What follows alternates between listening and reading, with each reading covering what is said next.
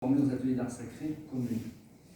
Né en 1897, Charles Pessard y entre en 1921, à l'âge de 24 ans, après avoir suivi une emmenée aux Beaux-Arts de Paris suite à sa démobilisation militaire en 1919. Fils d'un médecin du 12e arrondissement de Paris, il reprend une formation artistique sans doute entamée avant-guerre. Il suit aux ateliers les cours de dessin, de peinture et de vitrail et en sort en 1925 avec le titre de compagnon. Surtout, il est un familier à cette époque du prieuré de Saint-Germain-en-Laye. La maison familiale des Denis, où il participe à la décoration de la chapelle et à la préparation des cartons de grands décors pour les commandes du maître. Comme ici sur ce petit tableau, qui est peut-être de sa main, merci Fabienne.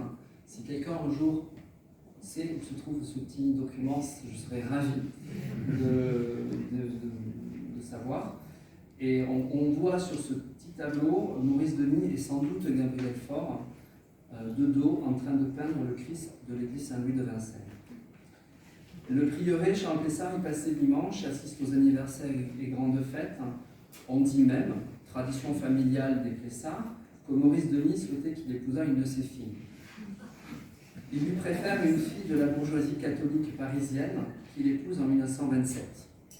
Son épouse Geneviève est la fille de César Caire, avocat et membre de la Corporation des cultistes chrétiens, un des défenseurs de l'Église de France en 1906 lors de la loi de séparation et qui a été président du Conseil municipal de Paris de 1921 à 1922. Maurice Denis leur offre une de ses toiles en cadeau de mariage, un soir d'été que vous voyez ici à gauche, toujours conservé dans la famille. Catholique donc, mais progressiste. Lorsque Maurice Denis se propose de le parrainer en 1936 pour bénéficier d'une bourse de l'Institut réservée aux ménages d'artistes ayant au moins 4 jeunes enfants, il décline et il lui suggère le nom d'un autre peintre au chômage depuis 3 ans, mais divorcé et remarié civilement. Charles Pessard espère que l'Institut fera preuve, je cite, d'élasticité dans ses critères de choix pour s'adapter à ce cas. C'est dans la correspondance conservée au musée du Prieuré. De sa formation aux ateliers d'art sacré, on ne sait malheureusement pas grand-chose. Seuls quelques carnets non datés pourraient remonter à cette époque, certains consacrés à des prises de notes ponctuées de quelques caricatures, comme ici ces têtes de curé au milieu de paragraphes consacrés aux formes et fonctions de l'autel, qui datent possiblement des années 20. Mais ils ne sont pas datés en tant que tels. Il est d'ailleurs intéressant de noter que l'on possède plus de carnets avec des études anatomiques et des nus féminins, pas d'une très grande qualité d'ailleurs, sur ces planches qui, elles, sont datées de décembre 1921, que des leçons sur l'histoire des Hébreux, comme vous pouvez le voir ici, avec des notes manuscrites et ce dessin à la craie grasse sur ces carnets. Il est difficile de prétendre que ces quelques bribes soient représentatives de l'enseignement de la rue de Fürstenberg. D'ailleurs, il n'est pas impossible qu'il ait suivi d'autres cours, comme ceux de la Grande Chaumière, où d'autres élèves des ateliers, a priori, peut-être se rendraient. Revenons à son CV, dont on possède 4 versions. La première date de 1952, la dernière de 1964, au terme de sa carrière artistique qui s'achève alors. On dénombre dans ces CV 23 peintures murales, 28 ensembles de vitraux et 15 chemins de croix, aussi bien en France. Voici une carte de localisation des projets et des décors conservés, ainsi qu'à l'étranger, en Suisse, Bruxelles et sa région en Belgique, Afrique du Nord, au Maroc et en Algérie, on sait qu'il s'est rendu, et même des vitraux aux États-Unis où par contre il n'est pas allé. Une carrière individuelle somme toute assez classique, commencée sous le signe de l'illustration et de l'imagerie pieuse pour les éditeurs catholiques, notamment le bureau de l'œuvre de la propagation de la foi, avec ici un ensemble d'affichettes, de cartes postales et des tracts, on en possède bien d'autres, ou les éditions Sirven, pour qui il produit ici un ensemble de 50 affiches catéchétiques qui sont éditées entre 1933 et 1936. Et son fait d'armes, si j'ose dire, c'est l'affiche de la campagne des levées de fonds pour les chantiers du cardinal en 1930. Donc voilà l'affiche, et on possède aussi la maquette, que vous voyez à droite, dans les archives de la famille.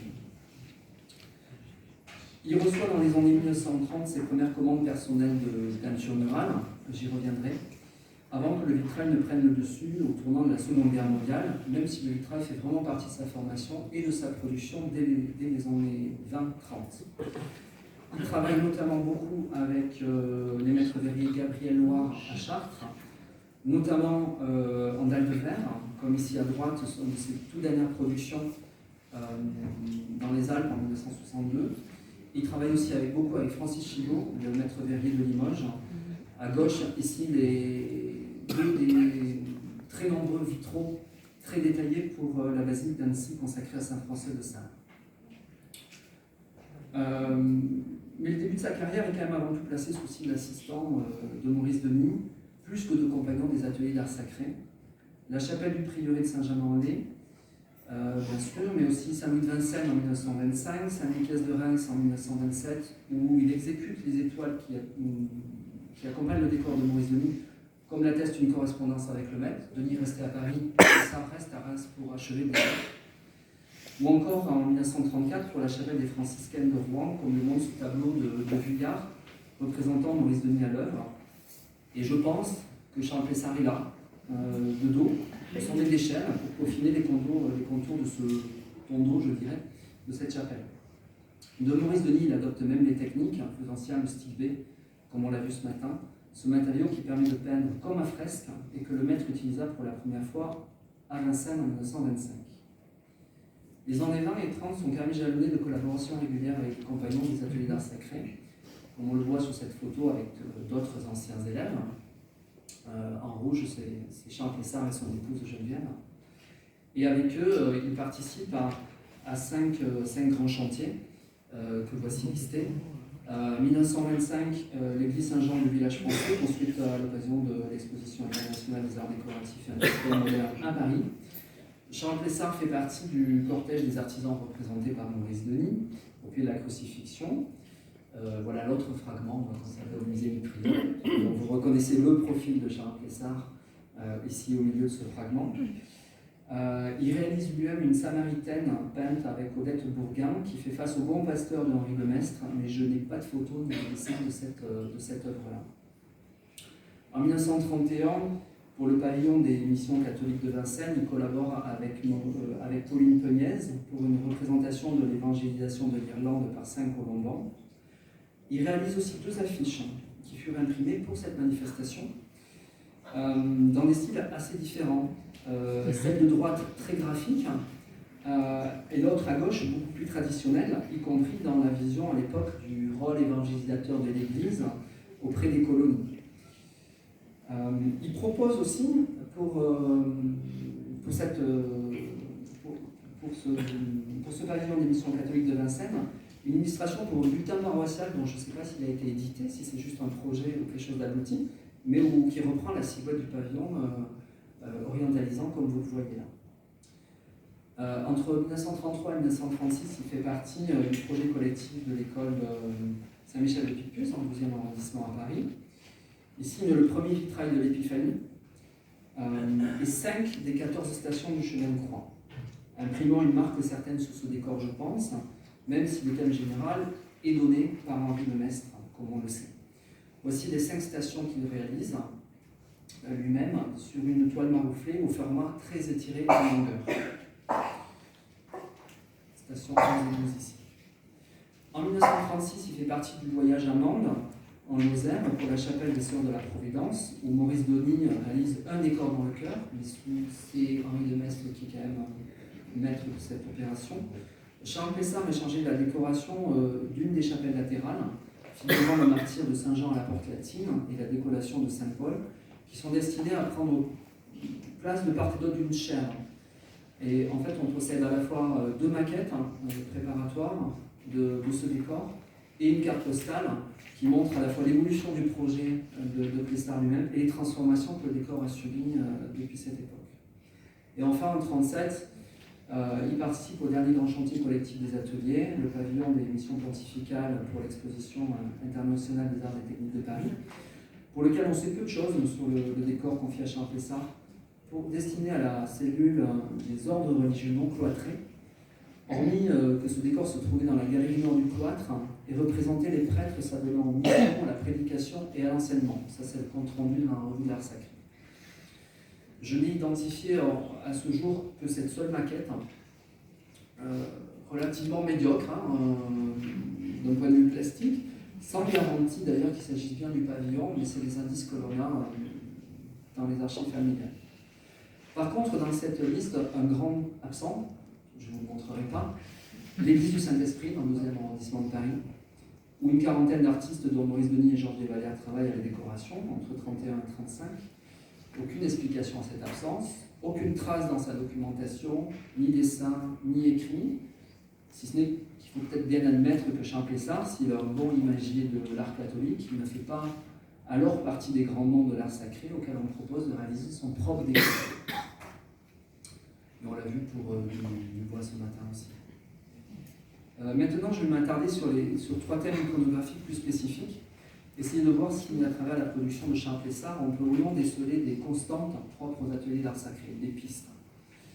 Premier thème, dans la continuité du pavillon d'une mission catholique, je viens de vous montrer, celui des commandes spécifiques pour les communautés religieuses et l'illustration de la vie monastique. La référence à Maurice Denis était nécessaire, au travers notamment des illustrations pour les Fioretti, ce recueil sur la vie de Saint François d'Assise, qui est publié en 1913, mais je crois republié après-guerre. Difficile de savoir quelle influence a ce recueil, et d'autres, évidemment, de la part de Maurice Denis sur les élèves des ateliers, mais probablement qu'il s'exerce à en reproduire les principes. Enfin, en tout cas, c'est pour moi ce que je suppose à travers ce petit fascicule qui a été illustré en 1924 par Maurice Lavergne, André Lecouté et Charles Plessart. Il s'agit sans doute d'une commande auprès des ateliers d'art sacré de la part des dominicains du couvent de Saint-Maximin dans le Var. Donc voilà, le texte n'est pas signé, et même s'il prend la forme d'un récit de voyage, je ne sais pas dire s'il est réellement de la main des trois élèves, les futurs compagnons. Je pense qu'ils sont plus venus illustrer un texte écrit par les dominicains. Donc voilà les pages illustrées par Maurice Denis, par Charles Plessart, mais aussi ces cartouches qui représentent les activités des moines, les offices dans le monastère qui restent immuables depuis le Moyen-Âge, comme ces deux-là, mais aussi leur ouverture sur le monde, avec cette scène de fabrication au milieu des usines et du monde ouvrier, qui figure page 42 de ce petit fascicule. Ce thème de la vie monastique jalonne la carrière de Charles Plessart avec des maquettes de peinture murale, dont j'ignore si elles ont été toutes réellement exécutées ou pas. Ici, la vie de Saint François. Là aussi, un projet de décor pour les franciscains, autour du Christ. L'illustration d'une brochure, désolé la photo n'est pas très bonne, pour le recrutement des frères assomptionnistes et des missions dans les colonies, donc brochure qui date probablement des années 1930. Et plus tard, dans les années 50, on continue à trouver des projets, notamment celui-ci pour la décoration d'une chapelle que je n'ai pas identifiée, une chapelle de communauté engagée dans l'éducation, avec le thème assez récurrent du Christ parmi les enfants, et puis la représentation, à proprement parler, des bâtiments de la communauté monastique, comme on le voit à l'arrière-plan.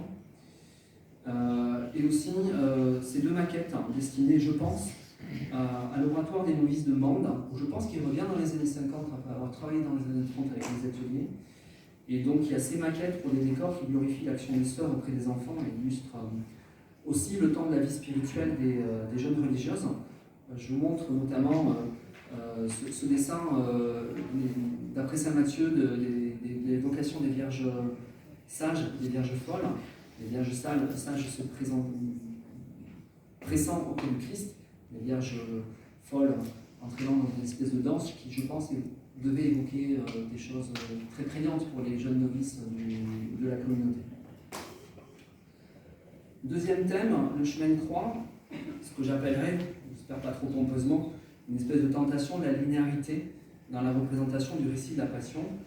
Et j'ai déjà pu vous le montrer avec Saint-Michel de Picpus, où le chemin s'apparente à une bande quasi continue sur les murs. Et voilà, des chemins de croix, Charles Plessart en réalise 15, d'après son CV, et même plus. Il les distingue lui-même dans son CV des autres peintures murales. Donc c'est dire la place que cette figure un peu rhétorique occupe dans sa production. C'est vrai que le chemin de croix est une figure obligatoire, impulsif. Je ne vais pas vous asséner la liste des réalisations. Encore une fois, le large, je dirais, donné par la chapelle du Prieuré et le chemin peint par Maurice Denis lui-même. Voilà, on l'a déjà vu ce matin. Ça me donne l'occasion de vous montrer à la fois Domèvre sur Bezouze et Ox en Gironde, où des diagonales un peu opposées de la France, on voit cette illustration des commandes de passer auprès des dates d'univers sacrés dans les premières années, même si on ignore quelle est l'élève de l'imitation. On ne sait pas, je ne pense pas. Enfin, jusqu'à présent. Donc Champlessard est lui-même l'auteur de Chemin de Croix, où les stations sont bien individualisées, que ce soit sous la forme de plaques de cuivre qui ont été éditées par la maison Sirven dans les années 30 et diffusées. Donc on en trouve notamment dans la Marne. Donc des paroisses ont acheté ces chemins de croix. On en trouve aussi des bas-reliefs en pierre peinte, aussi bien en Auvergne qu'en Algérie. Voilà. En 1936, 3 ans après Picpus, Champlessard reprend le principe de la bande murale dans un chemin de croix pour l'église du bourg, dans le Lot. Cette fois, ce n'est pas une toile marouflée, mais une peinture murale au stick B sur une bande de ciment qui se développe dans les 2 bras du transept. 7 stations de chaque côté, chacune dans un cartouche rectangulaire moins étiré qu'à Paris. Séparé par une arcature cintrée, où le décor de fond de la Passion se prolonge d'une scène à l'autre. On est ici sur la scène numéro 3, la station numéro 3, mais au final, la station numéro 4 débute là, la croix assure une continuité, de même que le décor de la ville derrière, et les rochers y compris.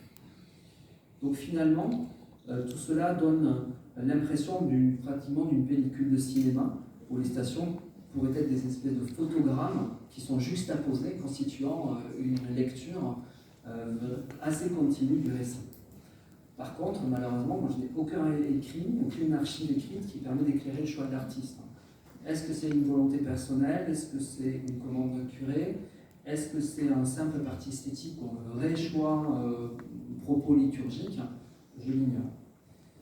Un autre exemple plus tardif montre cette liberté entre guillemets prise avec la traditionnelle répartition des stations dans l'espace de l'église, station du chemin de croix. Ici, dans l'église des Jésuites de Bruxelles, en 1951, voici une très mauvaise photo, désolé, mais elle est sortie d'un film YouTube d'une église qui est vouée à démolition. Donc, c'est vraiment une capture d'écran. Monsieur Loire est allé à Bruxelles, je crois, où on a des perspectives par rapport à ça. Bref, dans cette église à Bruxelles, chaque arcature, vous voyez, accueille 2 stations. Ces petites croix sont d'ailleurs posées ici représentées ici, sont posées en partie bas sur l'architecture elle-même. On possède des maquettes pour ce chemin de croix qui permettent de juger un peu mieux de la continuité du décor. La croix est, vous voyez, est dissimulée derrière l'arcature et le récit est continu d'une station à l'autre. Tout cela est jalonné par des petites croix numérotées de chacune des stations. Et c'est encore plus flagrant sur cette autre maquette, qui je pense est faite aussi pour Bruxelles, mais sans garantie. Là, il s'agit vraiment d'une seule et même scène où le Christ gravit la montagne dans un paysage continu, formant même un virage à l'extrémité gauche. Vous voyez, là, ça commence avec le Pilate, première station, deuxième station, puis le Christ progresse et gravit littéralement le Golgotha jusqu'à se retrouver, la station littéralement au-dessus de la première station. Mais là aussi, difficile de dire s'il s'agit d'une simple adaptation aux contraintes architecturales du lieu ou d'une lecture théologique de la Passion. D'ailleurs, a priori non retenue, puisque ce projet-là n'a pas été finalement traduit sur l'image.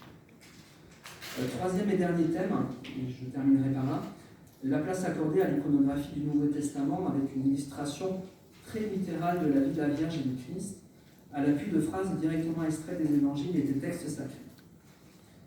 La grande majorité des peintures et de vitraux de Champlessard sont consacrées à des scènes immédiatement identifiables par tout un chacun, que ce soit pour les églises paroissiales ou les chapelles de communauté. C'est ce que nous montrent ici les vitraux réalisés en 1953 pour l'église paroissiale de Mazamet, dans le Tarn, consacrés à la vie de la Vierge, qui comprennent des vers extraits du Stabat Mater Dolorosa. Donc on est réellement sur l'association de l'image et du texte en latin.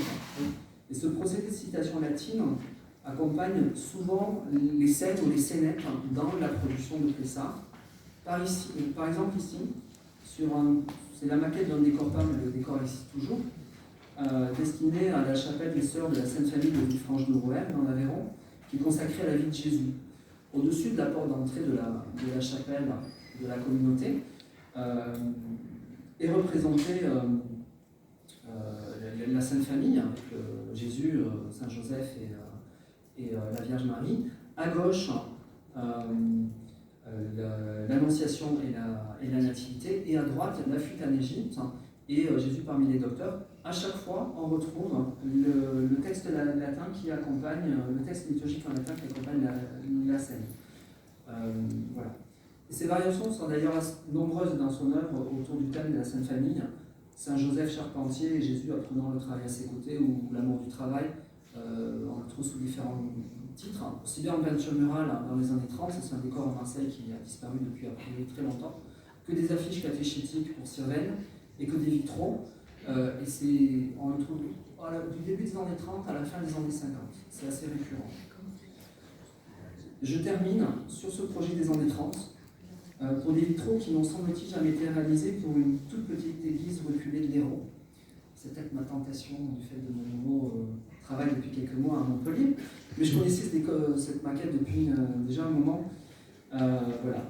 Le thème est très classique, hein, l'adoration des mages, le traitement plastique efficace. Je ne sais pas si le père couturier n'aurait pas considéré ça comme de la mièvrerie catholique. Mais malgré tout, vous voyez que la phrase latine qui est extraite des Laudes et qui se situe sous la Sainte Famille en référence à la Vierge, exclut pas non plus une volonté de parler au plus grand nombre. Les bergers des évangiles, ici, prennent les traits locaux d'un paysan avec sa faux, d'un ouvrier avec son marteau, d'un berger avec sa brebis, qui sont eux-mêmes représentés, je mets la souris,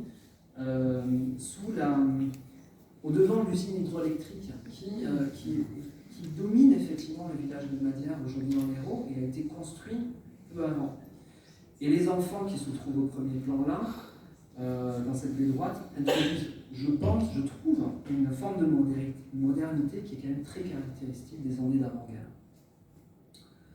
Donc voilà, pour conclure, s'il n'a pas atteint la postérité d'un artiste renommé, je pense que Charles Plessard répond bien à travers sa carrière, somme toute assez longue et prolifique, je vais vous démontrer que quelques éléments choisis. Il répond bien aux attentes des fondateurs des ateliers d'art sacré, à savoir former des artistes et artisans à la pratique de l'art chrétien et fournir aux églises des œuvres religieuses d'un caractère à la fois esthétique, traditionnel et moderne. Merci.